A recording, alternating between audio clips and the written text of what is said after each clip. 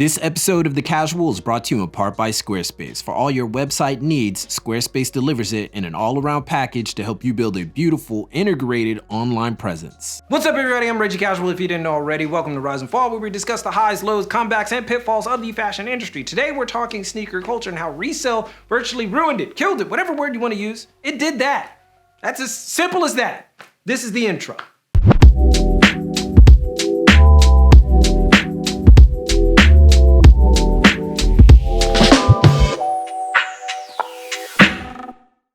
All right, so before we get into numbers, let me make one thing abundantly clear. You can subscribe to the channel, hit the notification button, and like. You could do all of that. But also, for any self-respecting so-called sneakerhead, the culture is still alive and kicking in very discrete circles and communities. But what was once a niche interest has become a global movement with power players both on the influence and business side.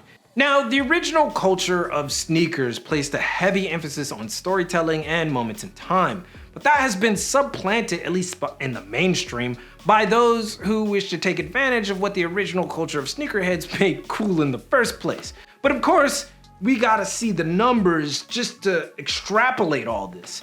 Statista's recently published report on the athletic footwear market indicates that the global athletic footwear market is expected to grow by 30% by 2025 to just over $100 billion. And the resale market, by comparison, is worth a respectable $2 billion, which seems paltry by comparison. But if we begin to unpack and understand that most of resale is done by independent sellers, the fact that it can reach $2 billion off of mostly high point releases is actually commendable. However, this has obviously been detrimental to the culture. Obviously, everybody can see it. About a year ago, or some time ago, certain sneaker enthusiasts began putting out feelers and rumors that we were entering a post-sneaker era. Nope. Where retail and by extension, resale would begin to slow down as interest began to wane. These circles would often speak of the lack of interest they had in certain releases and the unbearable hype that left many of them not able to obtain highly coveted releases. They just said, F it. The problem was, this was the old head culture speaking because the numbers suggest otherwise. Sneakers, the number of hype releases, and the number of resellers has exponentially increased. In short, sneaker purchasing is bigger than it's ever been. If anything, we're not living in a post-sneaker world, we're living in an extended sneaker era that is defining a generation. It's gotten to the point where the massive player in the biz, that is Nike, has near oligarchical, I can't say the word, but you know it's like an oligarchy. They got that kind of power. And a massive segment of society puts all their hopes in obtaining a pair of silky smooth Jordans to make one feel fresher than what they really are. Basically, Nike has somehow gained the power of being the style rather than people using Nikes to augment their style.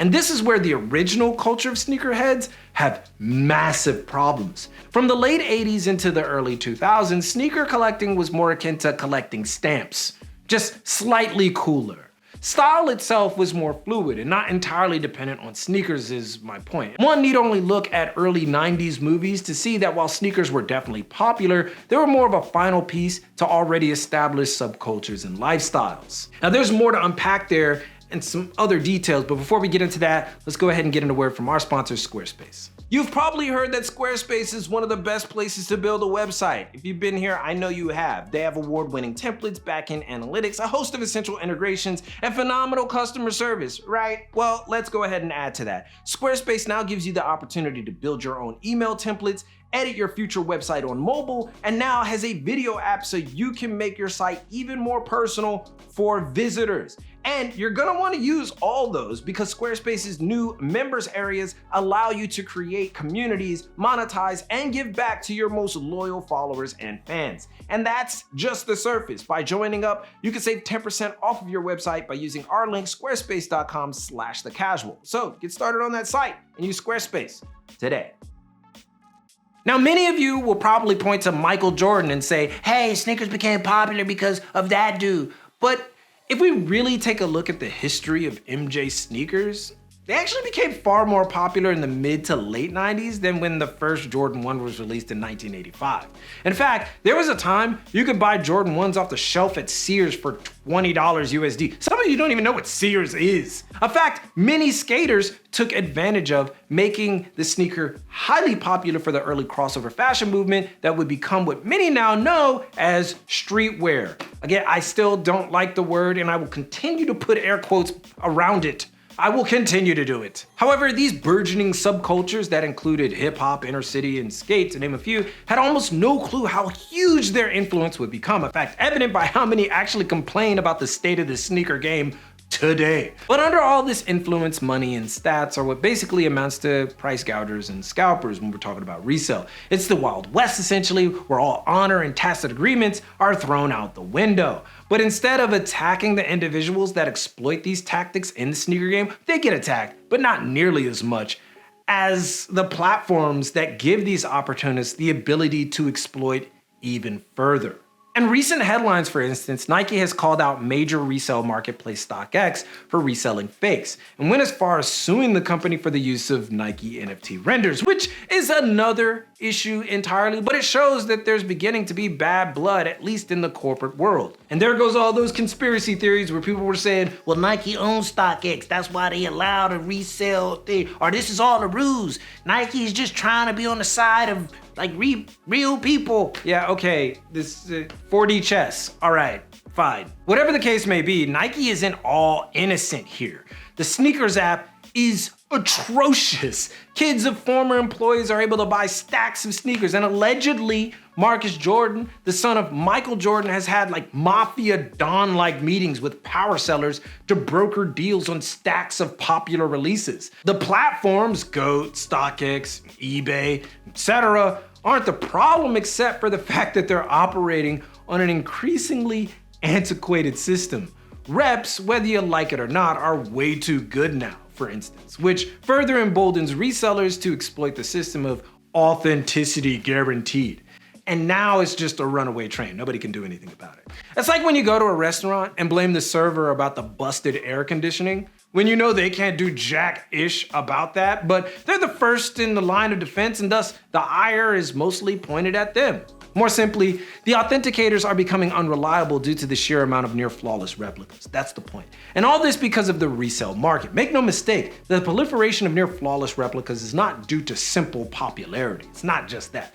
Replicas exist because the expanded market is lucrative. Not only can you get away with highway robbery by repping an incredibly popular model and selling it just off your own site or whatever, quite often these reps are so good that you could use these to resell for a far larger profit on some of these platforms.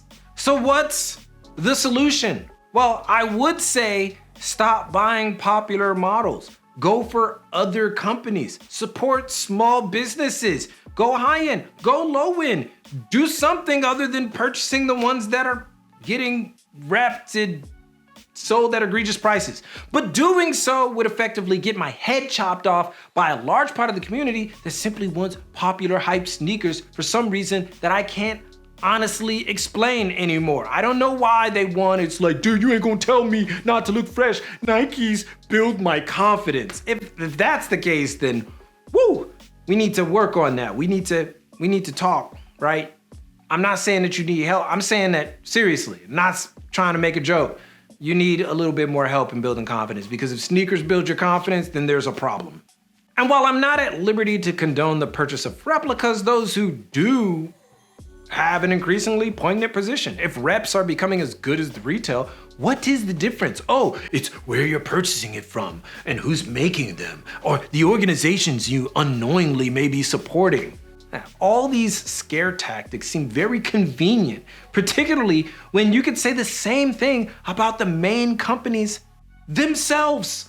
But this is what resale has wrought. No matter how many people wish for the downfall of platforms like StockX, another will pop up in the unlikely event of its apparent downfall and will be far more shady and run by the power sellers themselves. To them, StockX, GOAT, and others under the gun is just music to their ears. It's like, oh, if StockX doesn't exist, then this resale culture that exists now will cease. You know that's not going to happen. So unfortunately, there is no rise again from this unless stronger legislation, that is right, law, is drafted to curb this behavior. What that legislation would look like is beyond me at this point, but it's clearly where it needs to go because it's getting pretty bad out there. But also tech could solve a bit of this as well. And I know many of you out there can't stand the topic, but blockchain tech could ultimately solve the authenticity issue, at least in literal seconds. Having each pair encoded with blockchain tech could give authenticators the leg up they need so desperately. But nobody wants to budge, and if anybody does, that means that they're co-signing resale culture, which ultimately the big companies don't want to do. So the foreseeable future is bleak as nobody seems to want to budge. It's the reason I personally have limited my hype popular release purchases to like a crawl, almost nothing. It just doesn't seem worth it anymore. Plus, when you already have a ton of sneakers, it's more like a flex than anything unless you're gifted them. And that's special, or you have an understandable connection to the release, or you enjoy the story, or you know a lot about that story. But that's neither here nor there. That's not what we're talking about. What I want to know is what you all think of resale and sneaker culture at this point. Can it be redeemed or returned to its old form? I don't think so, but maybe you do. Give us some insight, or maybe your general thoughts. Maybe you just disagree with everything that I said here. Put it all in the comments. I want to hear it. And don't forget that if you want more insights on the fashion industry, building a label, or just extra content with access to our private Discord and monthly fashion industry webinar, join us on Patreon where you get all of those extras and more. But subscribing is always welcome. And also you don't have to do anything. You just have to press the subscribe button. That's all you have to do. So please subscribe, turn on notifications, give a like, do all these things. But most importantly, keep it locked right here for all of your info on international fashion culture and business from Tokyo. It's your boy, and keep it casual. Yoroshiku onegaishimasu. And I'll see you guys in a minute. Almost forgot that. I'll see you guys in a minute. Usually it flows a little bit better. Also, right before I said that, my rings got caught on each other and it didn't end up well. So let's do it again. Yoroshiku onegaishimasu. And I'll see you guys in a minute.